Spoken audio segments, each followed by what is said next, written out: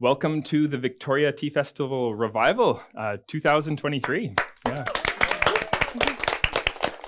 I don't know if everybody knew this, but this is our 8th year doing the Tea Festival, and it is going to be the biggest year yet.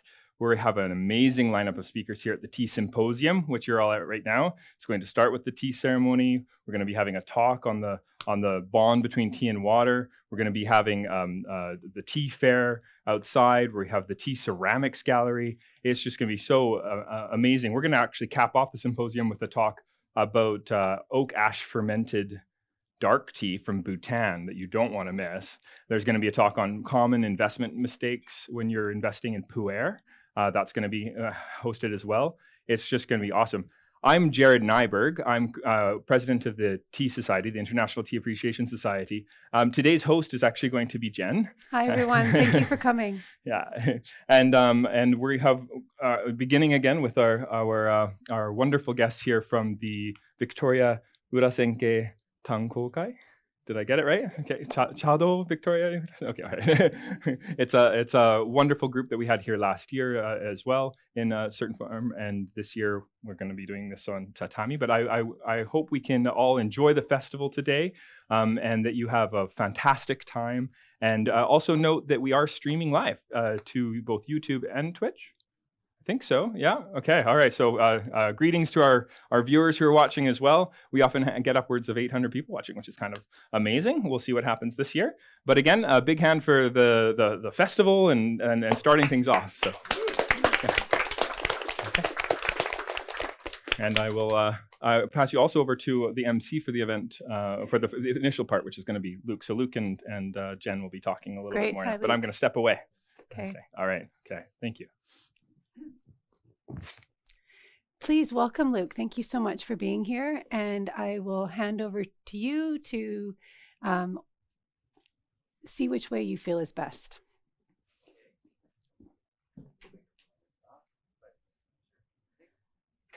And I'm standing in front of the speaker, so I'm going to move back a little bit. Hi, my name is Luke. I am a member of the Vancouver Urasenke Tankokai, and I'm delighted to come today and help out with the Victoria Urasenke Tankokai with their demonstration of a temai here, a Japanese tea ceremony. We don't call it Japanese tea ceremony. We call it cha no yu, which means tea and hot water. And what we're going to do today is a demonstration of a thin tea ceremony called hirademai. The host will be Mizuno-san, and there will be 2 guests today, Sakaino Sensei and Miu-san, who owns Jaga Silk. Anyways, I'm just going to be kind of off camera, and I'll explain an interpretation of things that are going on. And if anybody has any questions, if it's a burning question, feel free to ask me. But also, there'll be a question and answer session at the end, and I will try my best to make a sensible answer for you. So, shall we begin? Wonderful.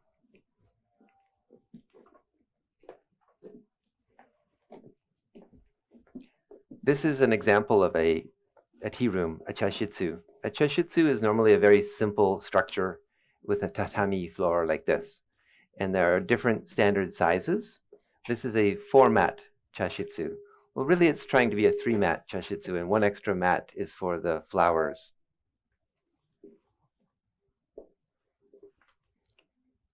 When a guest enters a tea room, they enter through an opening called the nijiriguchi, which is a very small door, and it requires that everybody bow really low to enter the tea room. And this is designed this way so that everybody who enters the tea room is the same class. There's nobody who's high class and low class. Everybody bows the same depth.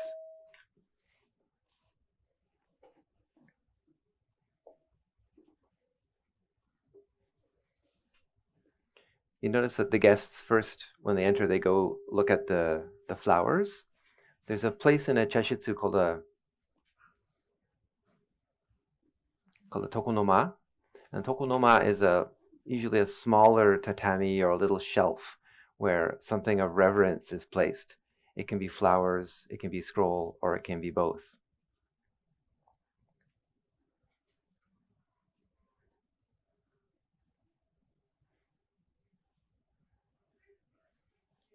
The flower that's on display today is dogwood. It's from Mito Sensei's garden. It's very late in the season for dogwood. And as many of you know, dogwood is the flower of British Columbia, so it's a very appropriate flower to display.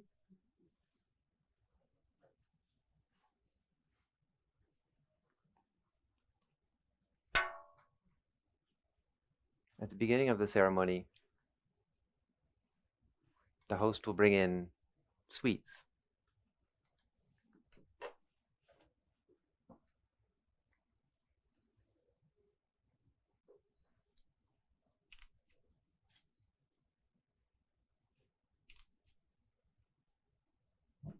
The sweets in tea ceremony are called okashi. We always have something, a small sweet, before we enjoy tea, because matcha can be bitter, especially in olden times when they did not have refrigeration. And so if you have something sweet before tasting the matcha, it makes the matcha taste bitter, taste better, less bitter.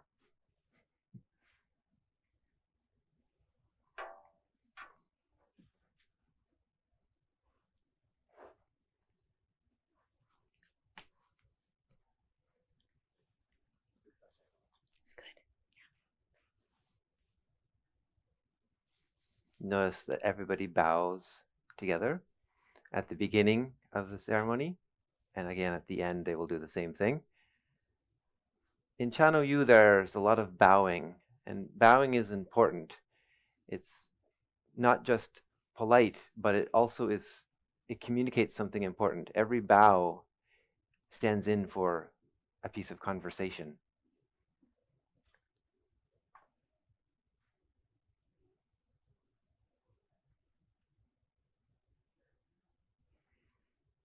The implements used today, it's called a kama. This kettle is called a kama.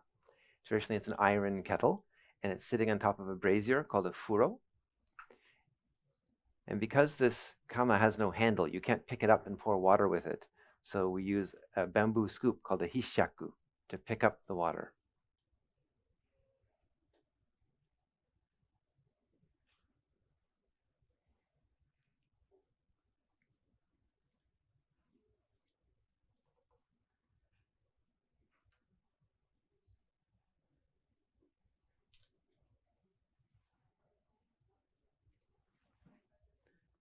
At the beginning, the host always starts by purifying some of the implements. He uses a cloth, a silk cloth called fukusa.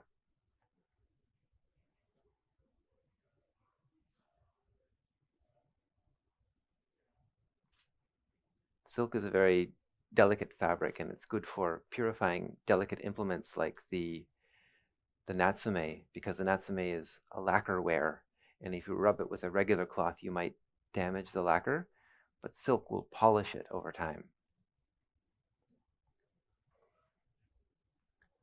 So after purifying the natsume is a container containing tea. It's made of lacquered wood.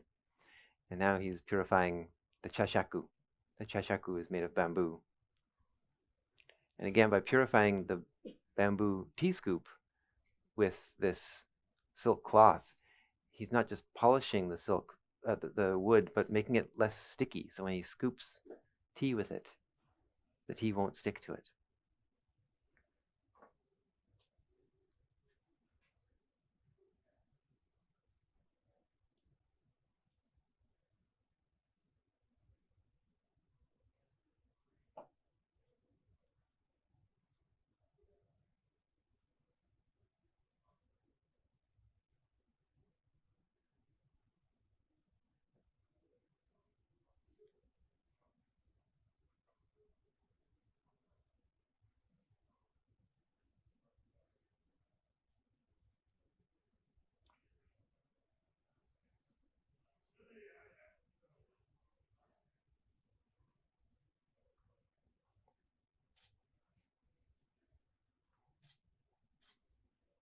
This is a public demonstration of this type of tea ceremony. This is called hirademai, this particular tea ceremony.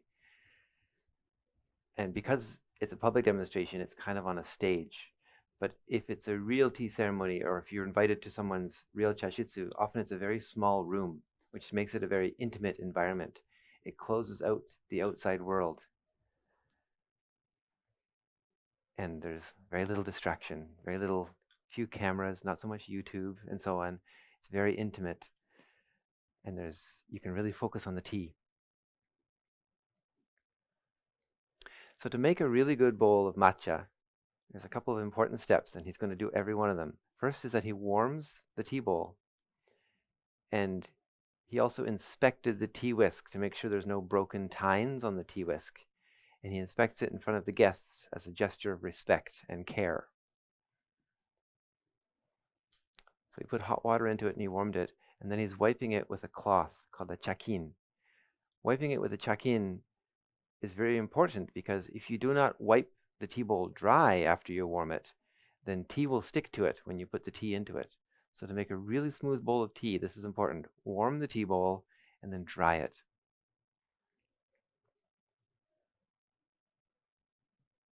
This tea bowl he's using is it's a particular pottery style called shino. Here you see the host invited the guests to take sweets. And it's done at a particular time in the tea ceremony, because you want to have the sweets the right amount of time ahead of this tea. You want to have enough time to eat them, but not so much time that the taste dissipates.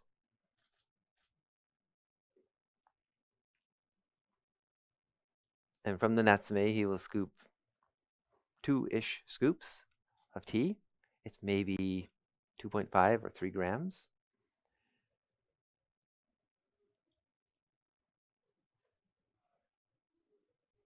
And then he will put hot water on it.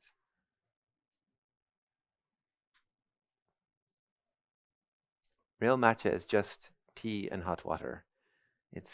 There's no sugar added, there's no milk added. It's just tea and hot water, and if it's good tea, it will be really smooth and kind of sweet.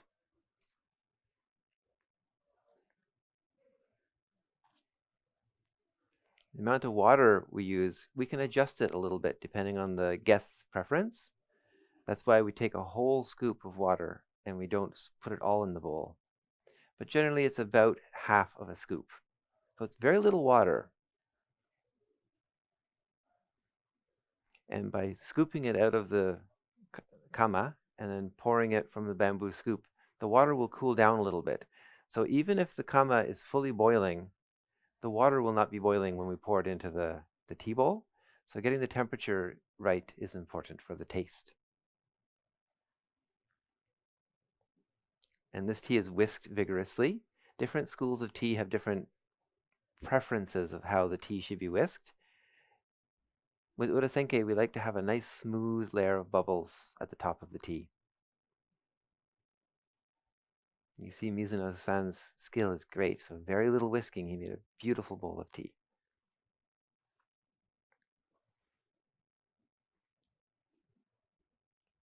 So Sakaino-sensei is the first guest. Sakaino-sensei, by the way, is my teacher from Vancouver. We came over together.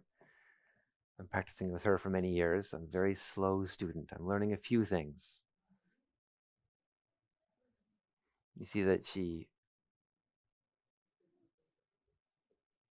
said 2 things. She said to the next guest, "Osaki ni, excuse me for going before you."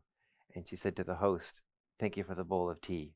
Otemai chodai itashimasu." This is an important part of the etiquette.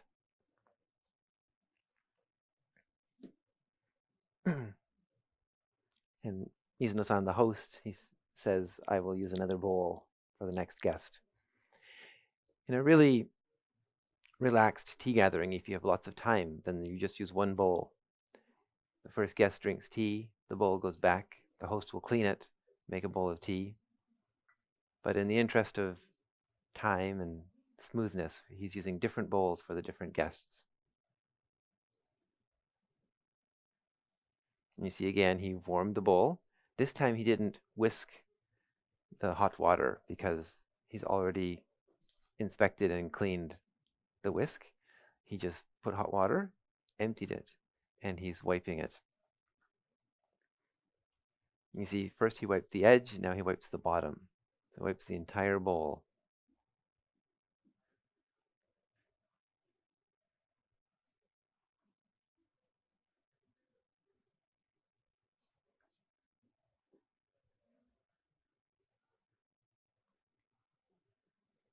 If someone invites you to tea and they give you a beautiful bowl of tea, it's a courtesy to carefully inspect the bowl afterwards.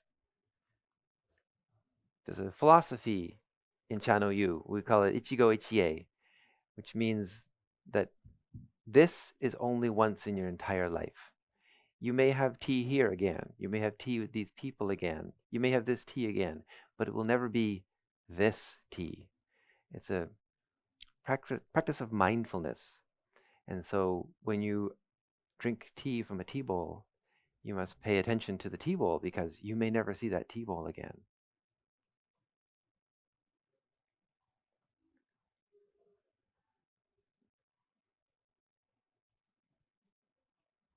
This practice of inspecting the implements that the host arranges is called haiken, and sometimes we do it with other implements as well.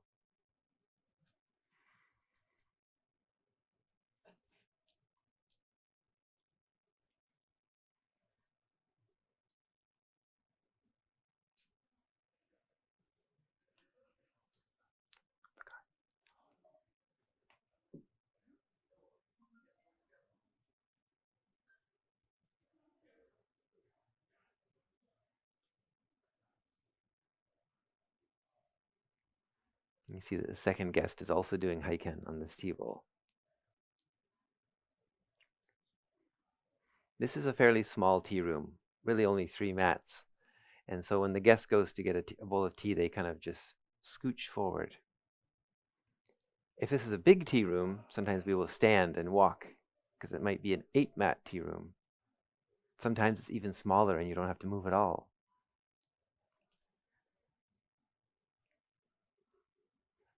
And the second guest, Jikyaku, says to the first guest, Shokyaku, I will join you in a bowl of tea. O shouban itashimasu. And again, she thanks the guests, the host, for a bowl of tea.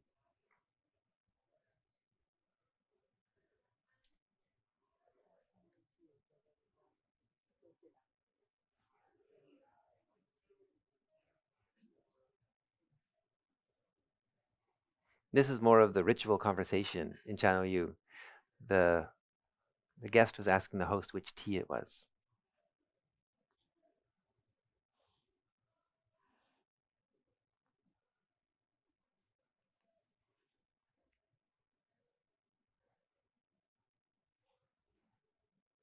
It's always a fun challenge for the hosts and the guest. The guest has to try to think, what tea am I drinking? And the host has to remember the name of the tea and where it's made.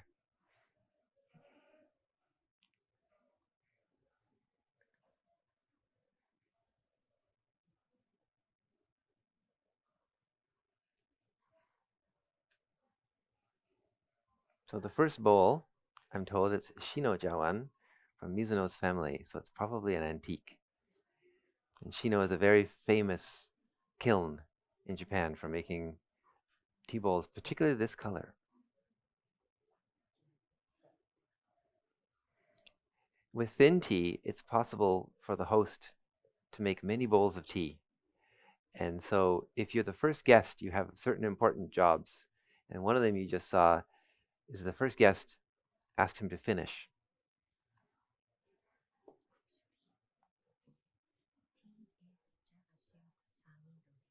Ah, okay. Ikeda-san just told me that the tea they're drinking today is the local tea, Samidori by Jaga Silk. It is a really delicious tea. I have tried it twice. And in fact, I tried it this year for the moon gazing tea ceremony with my sensei. We watched the mid-autumn moonrise while drinking this tea.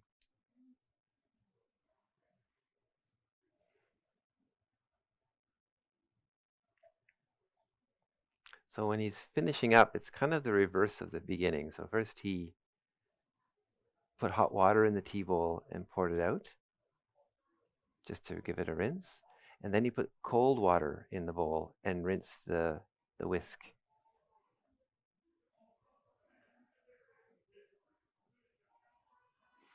There's a jar for cold water there. It's called the mizusashi.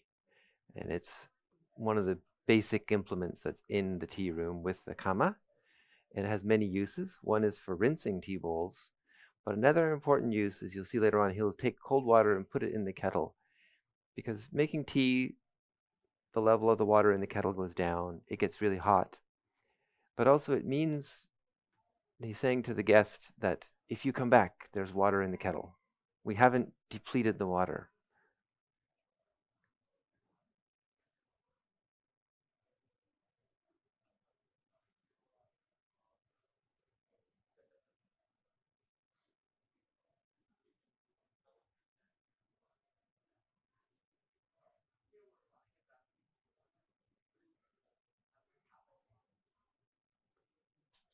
This temai is called hirademai. It is one of the basic temai in Urasenke. There are many different ways to make tea. We make thin tea, we make thick tea, we make tea indoors, we make tea outdoors. We make tea in the summer and in the winter. We make tea for special occasions. And every time there's a special temai. But this temai is kind of very closely related to most of them. So if you want to learn one temai, this is a good one to learn.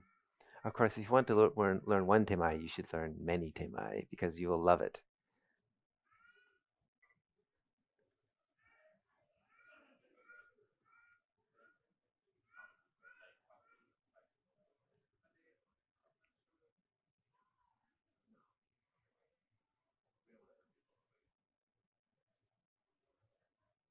And again, if you're invited for tea and you're the first guest, you have another important job, which is to know whether or not you want to inspect the implements and when to ask for permission to inspect the implements, the so-called haiken. In the interest of time, we're going to skip this haiken of the implements step.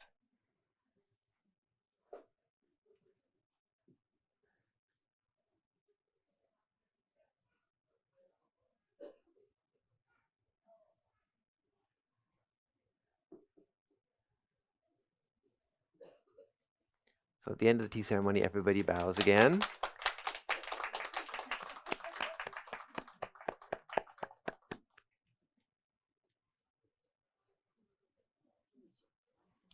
So this is the end of this particular tea ceremony. If anybody has any questions or observations, please feel free to ask, and I will try my best to answer.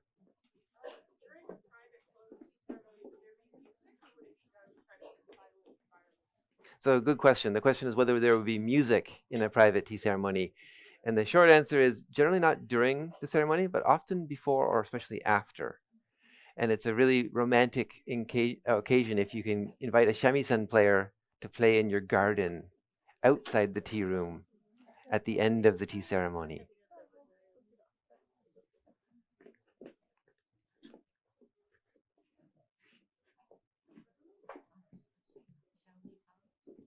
So thank you, everybody. I would just like to take a moment to say arigato, thank you so much for coming again this year, and especially a really special guest. Thank you for coming. And it's a real honor to have you speak and for us to just learn more. And thank you so much for the beautiful I would like to ceremony. like to also mention Mizuno-san has his own YouTube channel. Oh, great. Matcha Samurai? Samurai Matcha? Samurai Matcha.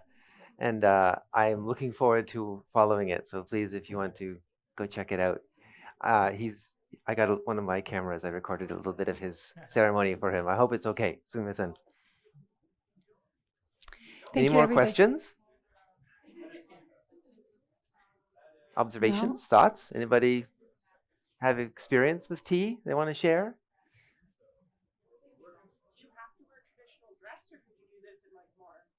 Question is whether you have to wear traditional dress. And the short answer is no. when we go and practice at a demonstration, we will wear traditional dress. When I go practice with my sensei, usually I wear the kimono. But when I'm at home or if I invite friends over, we usually wear just relaxed clothing. If you want to sit seiza on tatami, it's great to wear a kimono. It's more comfortable. But the most important thing is don't wear tight jeans. They're the least comfortable. They get bunched up behind your knees and your feet will fall asleep. All right. Thanks, everybody. If you have any more questions, please come up and ask. And I believe everyone will be around for a few more hours today enjoying the festival. Which was... Oh, yes, there's a Urasenke booth out front. So if you have questions, you can ask them there. Oh, wonderful. There's an Urasenke booth out front. Yeah. So if anybody has any questions, please come up. Yeah. And I will be roaming around wonderful. in kimono. So you can find me and ask me questions if you wish. Well, thank you very much, everybody. Thank you so much for coming. Arigato. And I think we're going to be taking a short break before we have the next workshop coming up and speakers. So if everyone can enjoy maybe a cup of tea while we wait, and we will be learning about the importance of water and tea next. Thank you so much for coming.